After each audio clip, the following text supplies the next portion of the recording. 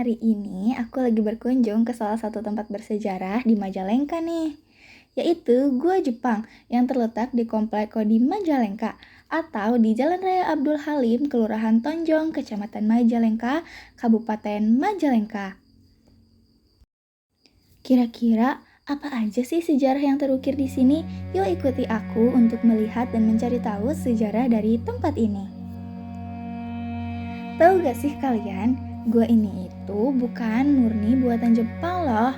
Tempat ini awalnya adalah bunker rahasia peninggalan Belanda di tahun 1923. Tahunnya mundur nih ke 1923. Bangunan ini awalnya dibangun oleh pemerintah kolonial Belanda. Fungsinya apa sih? Bukan untuk pertahanan loh, tapi mereka membangun tempat ini sebagai markas militer dan yang paling penting, tempat ini untuk memata-matai pergerakan para pribumi loh. Jadi tempat ini disebut bunker pengawasan. Bayangin deh, dari sini mereka ngendaliin pergerakan dan mantau setiap aktivitas para pribumi. Benar-benar cara kolonial untuk menjaga kekuasaan mereka nih. Nah, ketika datang Jepang dan masa kedudukan Jepang dimulai, mereka lihat potensi besar di bunker Belanda ini nih. Jadi, Jepang enggak menghancurkan tempat ini, tapi ningkatin fungsi dari bunker ini. Dari sini nih mulai, kenapa sih namanya jadi Gua Jepang? Yang tadinya bunker ini adalah bunker pengawasan, kini dijadikan markas pertahanan yang jauh lebih kuat.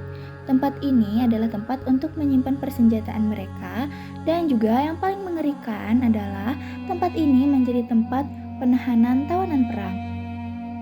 Setelah kemerdekaan kita diproklamasikan, gua ini menjadi simbol perjuangan.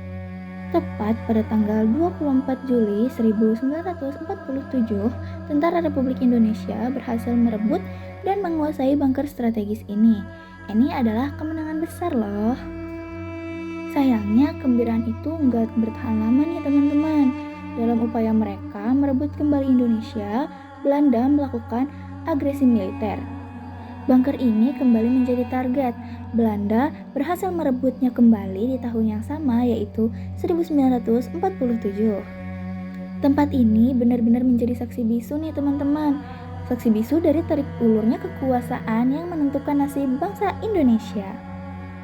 Terus, gimana kondisi Gua Jepang sekarang? Kini, Gua Jepang telah menjadi objek wisata sejarah yang terbuka untuk umum loh teman-teman.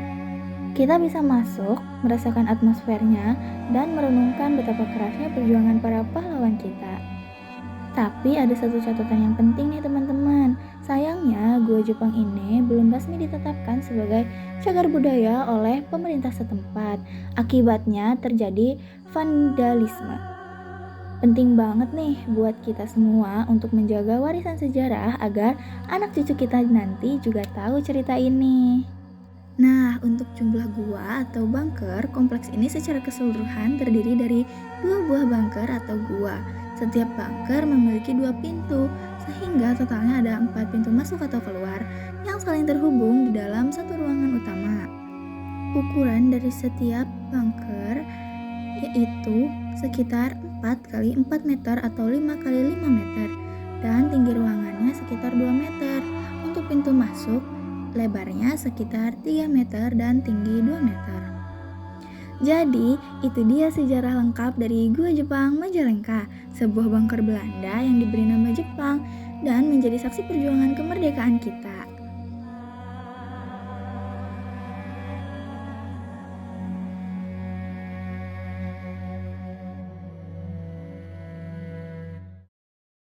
Nah, untuk tempat selanjutnya adalah Taman Sejarah Majalengka yang diresmikan pada tanggal 6 Januari 2022, berada di kawasan Bundaran Muncul, Kabupaten Majalengka. Di taman sejarah ini terdapat beberapa prasasti, totem, dan juga relief-relief sejarah Majalengka.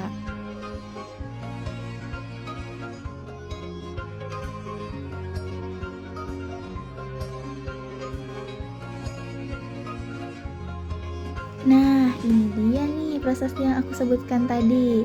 ini adalah prasasti berupa nama-nama Bupati Majalengka sejak tahun 1819 hingga saat ini.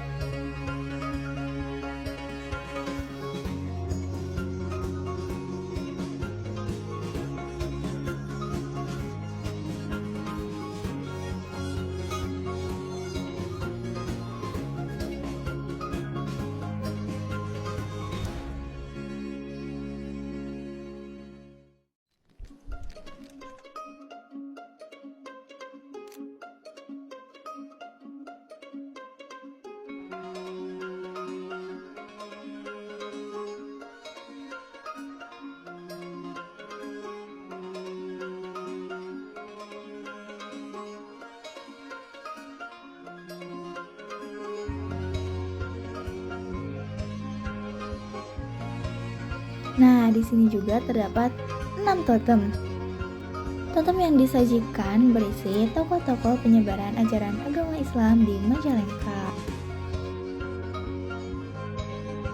Nah, untuk totemnya ini adalah totem yang sangat menarik perhatian aku, yaitu sejarah singkat Nyi Rambut Kasih. Nyi Rambut Kasih ini adalah tokoh legenda yang sangat populer dan dikaitkan erat dengan asal-usul nama serta sejarah berdirinya Kabupaten Majalengka loh teman-teman. Nyi Rambut Kasih dikenal memiliki kekuatan gaib dan dipercaya memegang buah maja yang memiliki khasiat yang luar biasa. Salah satunya dapat menyembuhkan berbagai wabah penyakit berbahaya. Itu menarik banget kan teman-teman? Dari situ sih awal mula konflik besar terjadi. Tapi kalian bisa sih nonton sejarahnya lebih lengkap lagi di channel-channel lain ya teman-teman.